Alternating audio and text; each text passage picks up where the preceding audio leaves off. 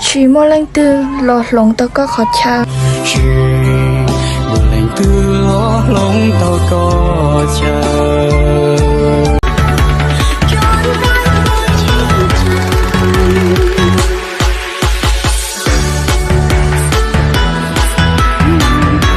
ai lụp bờ lũ co, chỉ lụp bờ mỗi ít bờ trái nhà đâu có mò, ai lụp bờ mỗi chỗ đâu có.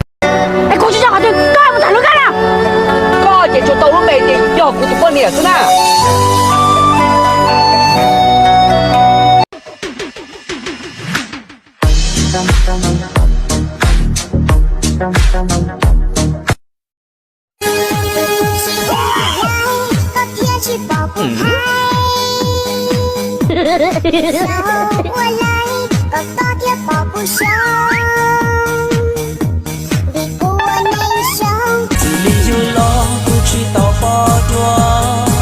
lên từ ôi chúa sông con bao lì con tôi chế gì chia mình có mong cha có yêu rong tàu gì xia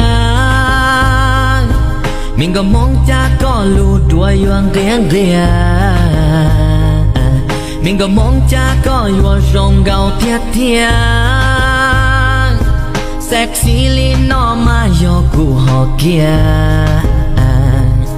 mình có mong có nhiều sợ chạm vào nỗi nhớ vu vơ chán chán ríu ríu mập mờ năm chưa xong đã vội đổ vỡ chỉ mua lên tư lọt lòng tao có khó chăng chỉ mua lên tư lọt lòng tao có chăng chỉ lu chia ô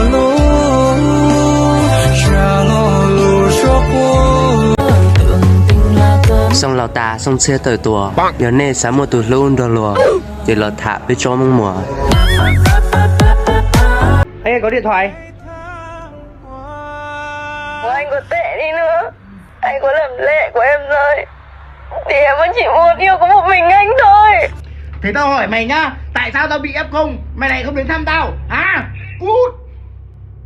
Cô nhìn rong xe thế chỉ chia xe hai tia chỉ có giờ lúc cô yêu một cái ta cô yêu xin anh nó câu vào chỉ tàu gì câu này chỉ cả giờ cô lọt chơi giờ giờ mới ít nu tận tên nó em chơi câu giờ cô cố xì cô câu giờ giờ thằng do thầu y có cô em có mà liên một qua một sáng yêu lăng đâu bỏ tọt tê đâu mấy cá mấy nông nông là xưa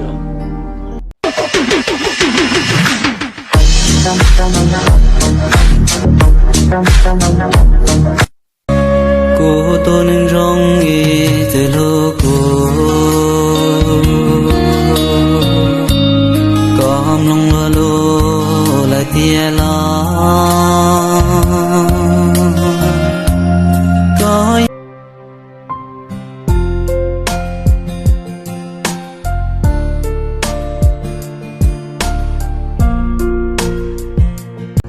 con này sẽ xếp để đó của in tư giờ thì rất sẽ tung cho là chỉ con nhon trộm bia cười là chết vật đó con cho của một tiếp tiếp ta.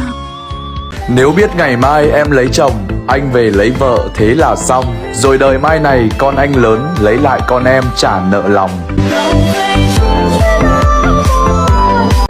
Giải ơn lâu con bảo thế, lâu từ con lâu nôn nổ, nữ tới chia cổ lại. Giải ơn do con bảo nhà, lâu từ con do nôn nổ, nữ tới chia cổ lại. Con từ mơ của trẻ tạ, hầu con lâu này lâu là nè. Mong chào bố.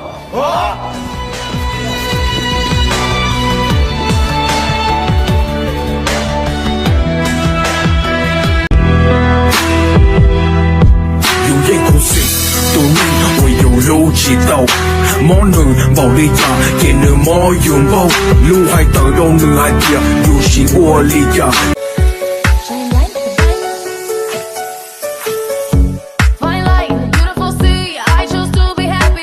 Thôi, ta tung ta hậu chúa chỉ con thấy có ô phê giặc có lũ có ô giang có hồ.